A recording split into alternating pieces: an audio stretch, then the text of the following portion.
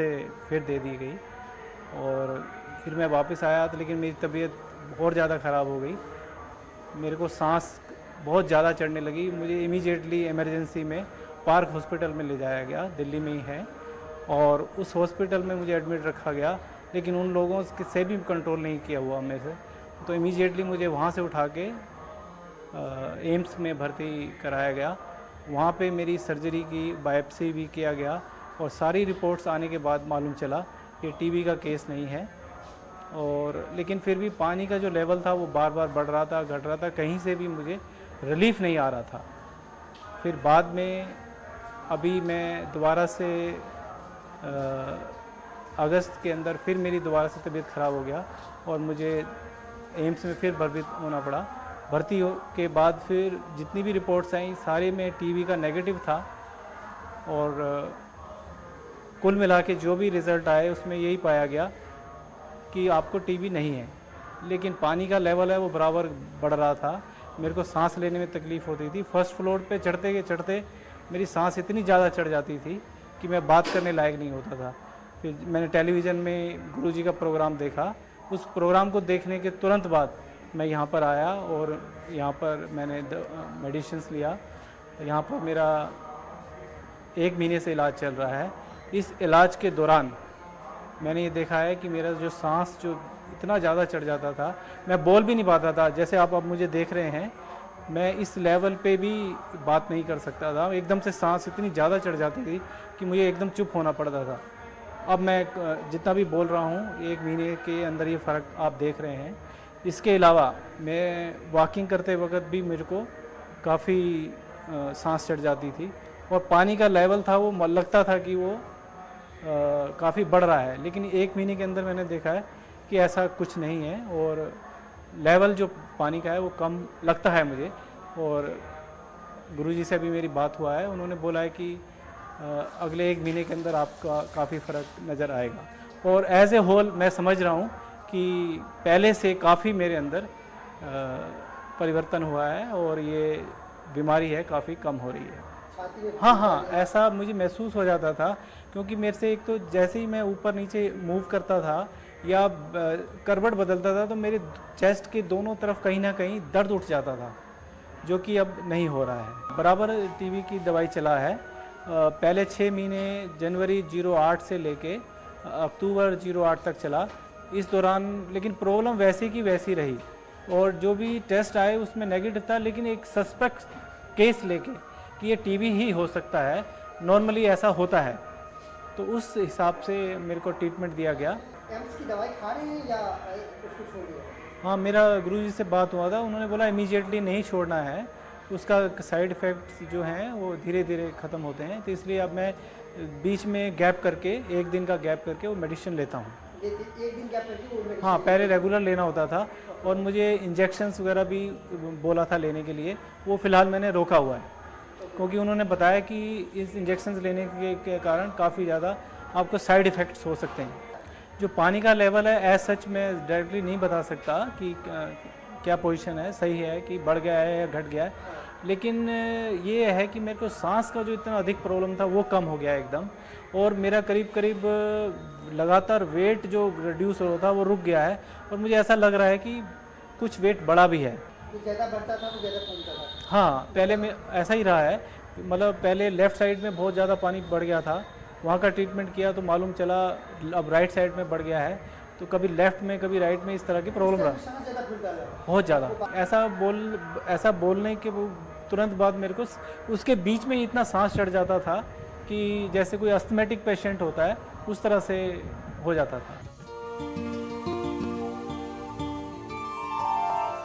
खाने की दवाई में काली मिर्च है, सौंठ है, वाइब्रिंग है, पीपल है, जायफल है, केसर है। इन चीज़ों को पाउडर के रूप में बना के रखा है। 2 से 3 ग्राम पाउडर मुंह में डाल के चाहे गर्म पानी से पी ले चाहे दूध से पी ले। इसके पीने के बाद रोगी को खांसी भी नहीं उठती। जैसे किसी को भयंकर खांसी हो गई है, आप इस पाउडर का 2 ग्राम पाउडर मुंह में रख के चाहे चूसने लगें चाहे पानी से सटक लें, अब आपका सांस भी नॉर्मल हो जाएगा और जो आपको खांसी उठती थी वो नहीं उठेगी, और इससे जो बलगम कटेगी वो आपको मुंह के रास्ते नहीं निकालनी पड़ेगी, वो टट्टी से बाहर आती है। यानी इसके अंदर इतना प्रभाव है कि सारे जर्दे को काट करके पखानने के रास्ते बाहर निकालता है। ऐसे तो इन रोगों के लिए मेरे पास अनेकों दवाइयाँ हैं, परंतु ये नाड़ी परीक्षण के बाद रोगी को दवाई दी जाती है, क्योंकि वात, पित्त और कफ इन तीनों का संतुलन बराबर है तो आपको कोई रोग नहीं। परंतु जब इसमें किसी की बढ़ोतरी होती है, को घट जाता है, तो जिस चीज़ की कमी है उसको पूरा करने के लिए उसी वस्तु को देना पड़ता है। गुरुजी एक चीज़ बताइए कि क्या मौसम के अनुसार भी ये अस्थमा ज़्यादा कम हो जाता है? किसी को सर्दी में ज़्यादा हो जाता है, किसी को गर्मी में एलर्जिक अस्थमा हो जाता है? ये 12 महीने थोड़ी सी ठंडी हवा चली तो एकदम जकड़ लिया। और ये अस्थमा किसी को गर्मी से है, किसी को सर्दी से है, किसी को बरसात में है, परंतु आयुर्वेद में सबको एक समान दृष्टि से देखा गया है। चाहे गर्मी का है, चाहे सर्दी का है, चाहे बरसात का, सबको एक ही दृष्टि से काटते हैं। मतलब जो दवाइयाँ अलग अलग हैं, काटने का तरीका ये कि है, खान पान एक है, परहेज एक है। सिर्फ रोगी को हदायत होती है कि आपने रात 9 बजे सोना है, सुबह 4 बजे उठना है। 4 बजे उठ के भले आपका पेट साफ हो ना हो, उससे कोई मतलब नहीं। आपको आधा घंटा कपालभाति करना अति आवश्यक है, 15 मिनट भस्त्रिका, 1 घंटा लोन ब्लोन करना अनिवार्य है। उसके बाद उज्जयी, ब्राह्मणी, कुंभक, अग्निसार ये करने आवश्यक है। जो रोगी इस नियम को अपना लेगा, वो चाहे 20 साल से अस्थमा से ग्रसित है, 1 महीने में वो अपने आप को कह देगा कि मुझे एक सपना आ रहा था कि मैं सांस का रोगी था। गुरुजी अभी आपसे जानेंगे कि क्या अस्थमा जन्मजात भी होता है, पर लेकिन अभी वक्त हो चला है स्वस्थ विचार में छोटे से ब्रेक का। देखते रहिए स्वस्थ विचार।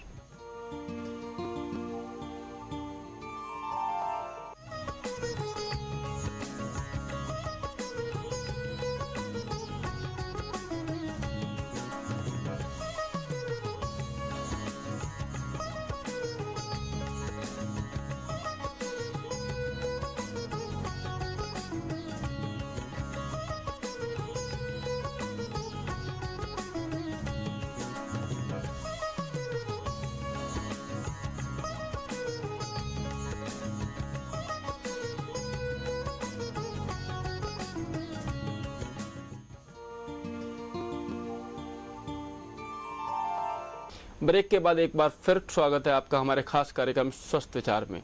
अब मैं गुरुजी आपसे जानना चाहूँगा, क्या अस्थमा जन्मजात भी होता है? एलोपैथिक में जन्मजात माना गया है, आयुर्वेद में जन्मजात नहीं माना गया।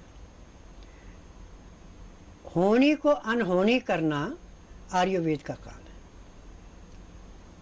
है। एलोपैथिक में आपके दादा परदादा की हिस्ट्री पूछ के तब इलाज किया जाता है। आयुर्वेद में ऐसा नहीं है। आयुर्वेद में रोगी का केवल 12 घंटे खाली पेट रख के नाड़ी परीक्षण किया जाता है। नाड़ी परीक्षण में जो रोग पकड़ में आता है, फिर उसका उपचार किया जाता है और हर रोग जड़ से काटा जाता है। खानदानी जो रोग हैं वो भी आयुर्वेद में समाप्त होते हैं। कोई भी रोग ऐसा नहीं है जिसको कि जन्मजात माना गया आयुर्वेद के अंदर। एलोपैथिक में जन्मजात माना गया। पर गुरुजी आजकल देखा जा रहा है कि बड़ों से ज़्यादा बच्चों में ज़्यादा अस्थमा देखा जा रहा है। बच्चों में सबसे ज़्यादा हमारी अपनी कमियां हैं।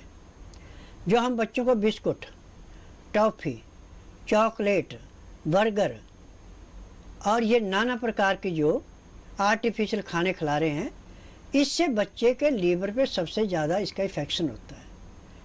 वही जाके फेफड़ों में, सांस की नाड़ी में, दिल में, किडनी में, पित्ते में सब जगह असर कर रहा है। आज मुझे इस बात का दुख है कि